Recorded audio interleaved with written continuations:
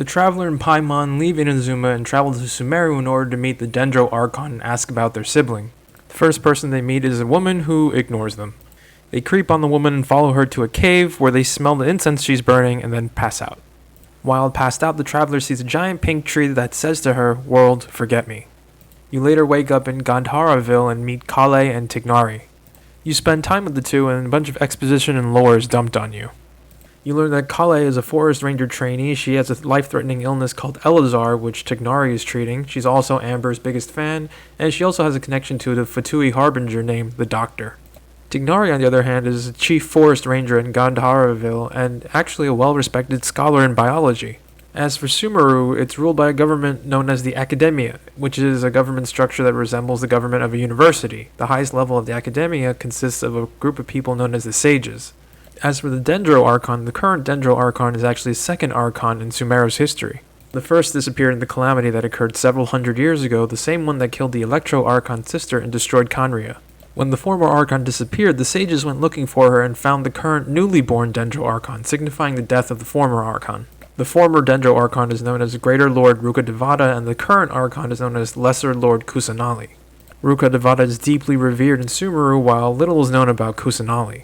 Tignari later explains that the tree you saw in your vision was real and was called Irminsul. Irminsul is a giant tree that grows deep underground and collects the world's memories. Irminsul is also the source of the Dendroarcon's power. Irminsul seems to be sick, which creates problems in the forest like withering zones. Tignari later sends you to deliver food to Hypatia, the woman who you first met in Sumeru. Hypatia is actually one of many scholars who spend their days inhaling mind-altering incense in hopes of connecting to Irminsul. The hope is that they can connect to Irminsul, they'll be able to access the memories within Irminsul and divine knowledge.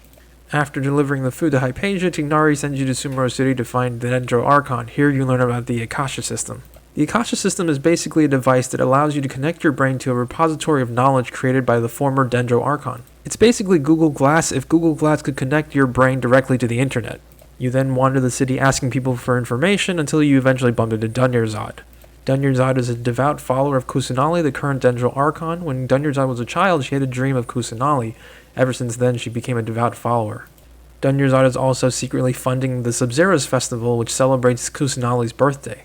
She later introduces you to Nilou, who is also in charge of setting up the festival. Later you learn that something was stolen from the Dendroarcon, which might grant you audience with her if you recover it. So you go down to Port Ormos in hopes of finding it. While pursuing the item, you meet Alhaitham, someone else also looking for the stolen item. Alhaitham explains that the stolen item is a knowledge capsule, an item that can directly convey knowledge to your brain. You also learn that an extremist group called Ain al-Akmar currently have possession of the capsule.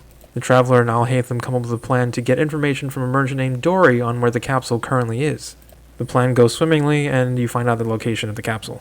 You confront the extremists and find that not only do they have the capsule, their boss has used it on himself. Their boss goes violent and crazy, and Alhaitham subdues him. As the boss is being taken away, you can hear him say the words, "World, forget me." During the chaos, Alhaitham secretly pockets the capsule, and it is revealed that he is actually an agent of the Academia. As they are now empty-handed, Traveler and Paimon go back to Sumeru City to meet with Dunyarzad and enjoy a fun day at the Sub-Zero's festival. You enjoy a fun day, but when you wake up the next morning, you find that the day is repeating itself and that you are stuck in some kind of loop where the same day repeats over and over again. After repeating the day a couple of times, you eventually meet a young girl named Nahida who restores your memories and shows that you've actually repeated dozens of times.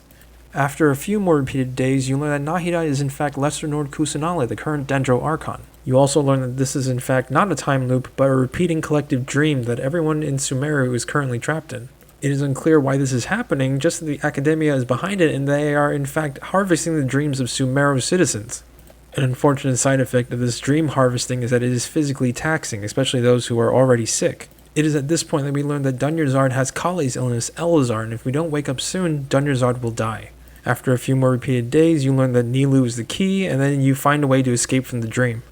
After you wake up, you realize that everything you went through actually only took place in one night.